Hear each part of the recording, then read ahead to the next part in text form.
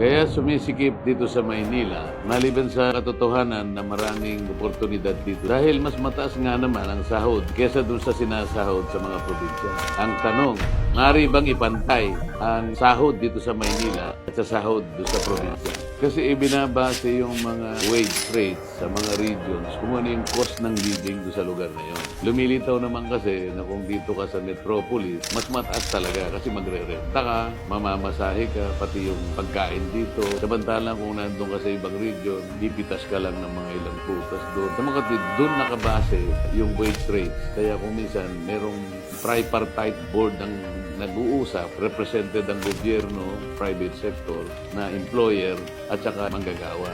At doon nila na pag-uusapan kung ano yung applicable na rate base doon sa cost of living sa lugar. Para sa agarang aksyon, Rektang Solusyon, mag-like and subscribe dito sa Rekta kay Marco